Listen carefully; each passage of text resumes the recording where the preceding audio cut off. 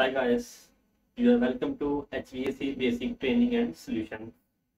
Last video में हमने discuss किया था the role of HVAC in pharmaceutical industry as per guidelines of US FDA. उसमें हमने देखा था कि US FDA में की जो गाइडलाइंस है उसमें क्लीन रूम की क्लासिफिकेशन कैसे की जाती है, किन बेसिस के ऊपर की जाती है।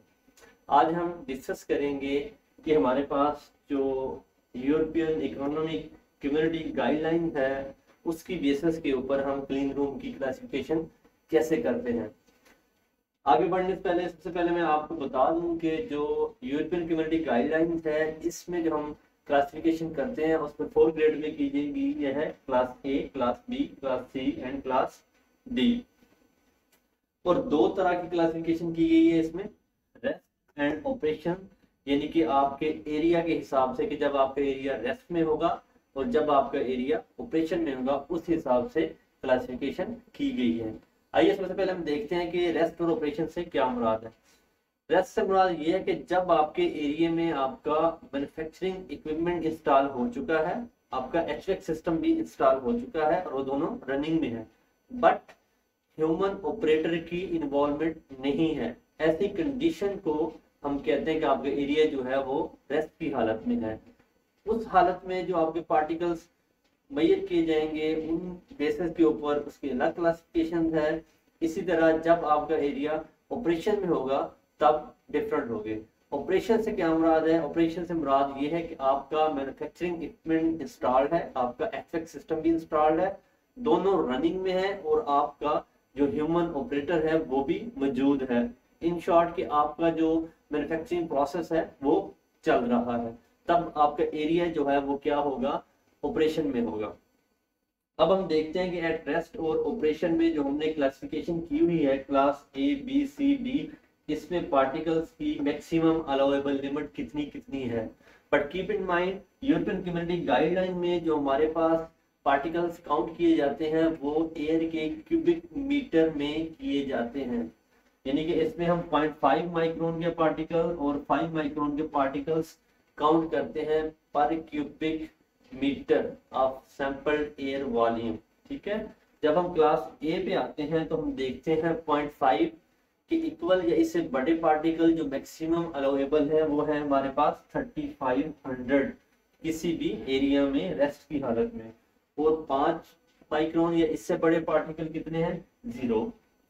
क्लास बी में हमारे पास जो 0.5 या इससे बड़े पार्टिकल्स हैं वो है 35,000 और 5 माइक्रोन के जो पार्टिकल्स हैं वो 0।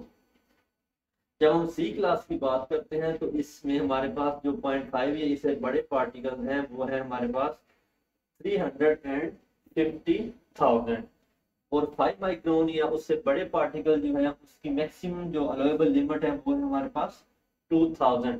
क्लास डी की जब हम बात करते हैं तो हमारे पास जो 0.5 माइक्रोन या उससे बड़े के पार्टिकल्स हैं तो उसकी मैक्सिमम जो अलाउएबल लिमिट है वो है 350,000 पार्टिकल्स। ठीक है, और जो 5 माइक्रोन या उससे बड़े पार्टिकल्स हैं उनकी जो मैक्सिमम लिमिट है वो 20,000 है।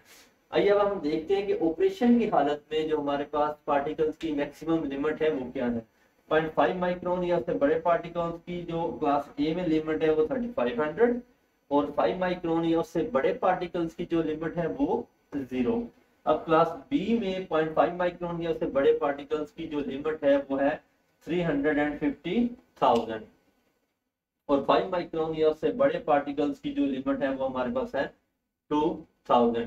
क्लास सी में हमारे पास 0.5 माइक्रोन या उससे बड़े पार्टिकल्स की जो लिमिट है वो 35 लाख और 5 माइक्रोन या उससे बड़े पार्टिकल्स की जो लिमिट है वो 20,000। और डी क्लास में 0.5 माइक्रोन या 5 माइक्रोन की लिमिट को डिफाइन नहीं किया गया इन यूरोपियन कम्युनिटी गाइडलाइंस।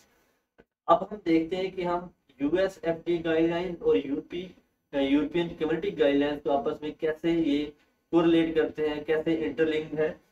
यहाँ पे मैंने ये उनका एक समरी लिखी हुई है, उसमें हमने यूएस एफडी में क्योंकि क्लासिफिकेशन की थी क्लास 100 में, क्लास 1000 में, क्लास 10,000 में, क्लास 100,000 में, जो कि इधर हमारे पास 4 क्लासेस हैं, A, B, C and D. USFDA की क्लास 100 जो है उसमें पार्टिकल्स की काउंट इक्वल होती है हमारे पास A and B classes of European community guidelines, और जो 100 क्लास ऑफ यूएसएफडी गाइडलाइंस हैं वो बराबर होती है C class of European community guideline. इसी तरह जो 100,000 यूएसएफडीए की क्लास है गाइडलाइंस के मुताबिक वो यूरोपियन कम्युनिटी की डी क्लास के इक्वल कंसीडर की जाती है।